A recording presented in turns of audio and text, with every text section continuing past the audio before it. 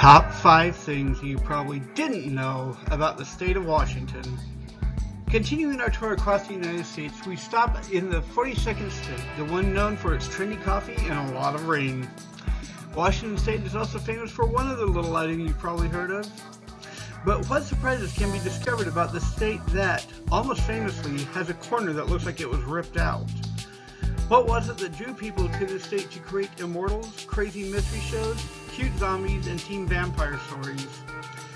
What other interesting facts are there about a state that was actually named for the first president of the entire country?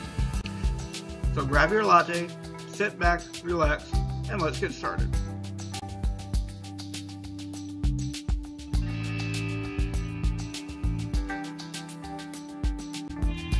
Number 5. Statehood. The borders of what is now Washington State actually entered into the country first and foremost as part of the Oregon Territory. In the early parts of 1889, the act was passed by Congress to allow Washington to enter into the run for statehood, along with 3 other petitions for North and South Dakota and Montana.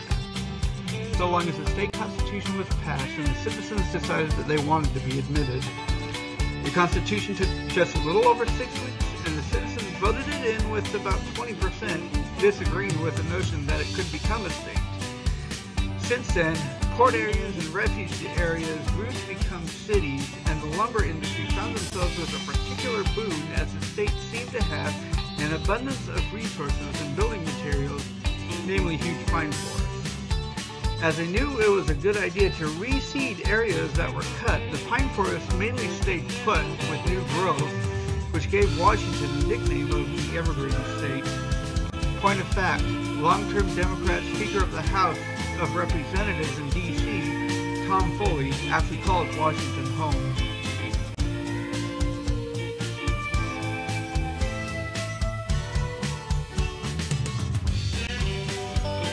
Number 4.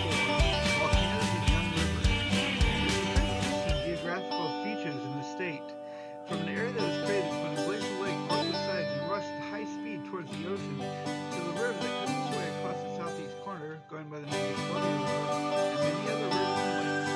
It's clear that water formed much of the geography of the state, with fast flows going through and creating channels across the area. The other forementioned factor is the volcanoes and perhaps the most famous of these volcanoes is Mount St. Helens, which made national news when it began to show signs of activity in the early months of the 1980s. Those that were watching the volcano called for an evacuation of an area of 6 miles around. When she did, the whole world poured down the entire bucket blast that sent rivers of blood several miles before the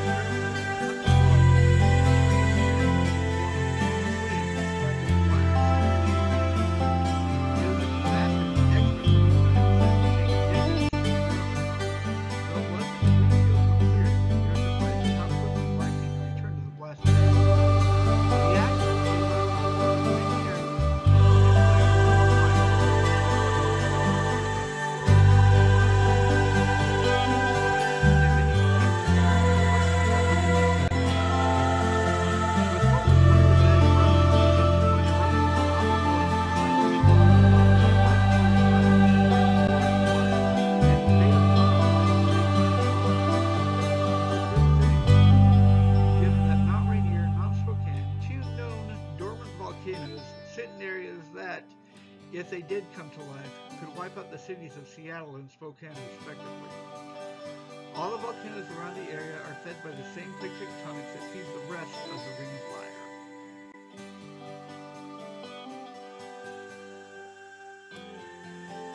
Number 3. Famous produce. Given the volcanic soil in the area, it's not a surprise that Washington is agriculturally successful, with one particularly delicious fruit being a favorite, apples.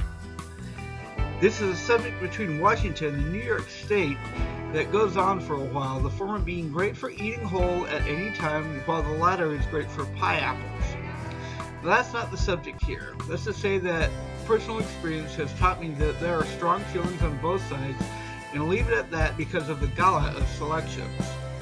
Still, it would be unfair to dismiss the variety of apple breeds that come in from Washington, many coming in at several ounces each and looking particularly golden.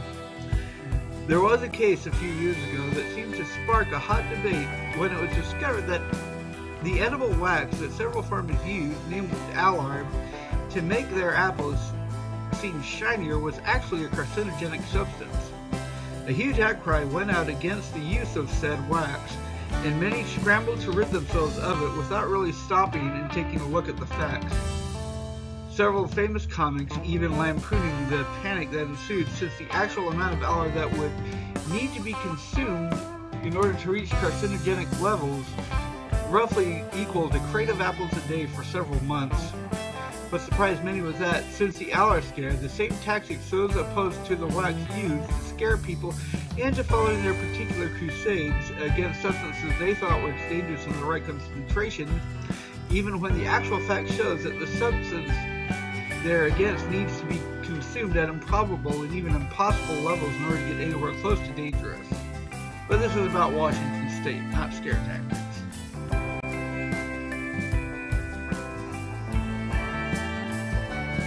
Number 2, an Acrophobic Delight.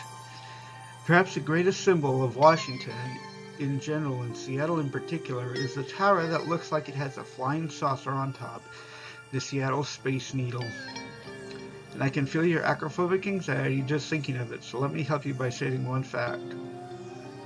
In order to get to the top, some 605 feet in the air, you have to ride up in a glass-paneled elevator, getting higher and higher until you reach the top. In saying that, it wouldn't surprise me at all if there are a few that are at least a little uncomfortable with the idea at this point.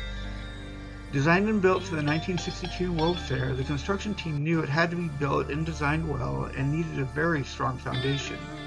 In fact, it took 467 cement trucks a day to lay the entire foundation, which is 120 feet across and 30 feet deep.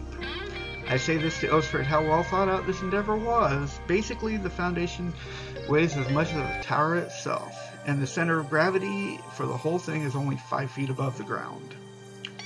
When they put the thing together, it was perfectly balanced and set up in an astronaut theme. And here's a fact that might surprise you. There are 2 levels on the dome itself, as well as the roof, but we're not going to go there. The top being an observation deck where those who aren't afraid of heights can go and look out over almost the entire area, and those who are can question the sanity of riding to the top in a glass-paneled elevator. I'm sure it's easy to figure out how fast something that's dropped will be traveling when it hits the ground. And as you can probably guess, I've been to the Needle a few times myself, and I'm afraid of heights, so I know what I'm talking about. The lower part of the dome is the rotating restaurant, a place to eat and look out over a bit of scenery that's always changing, an actual revolution, taking an hour and making it a true dining experience, according to sources. Given that side of the state is prone to severe weather, it might surprise you to note that the tower has only been closed a few times due to high winds, but it stays upright. No wonder it's been a model for other towers like it around the world.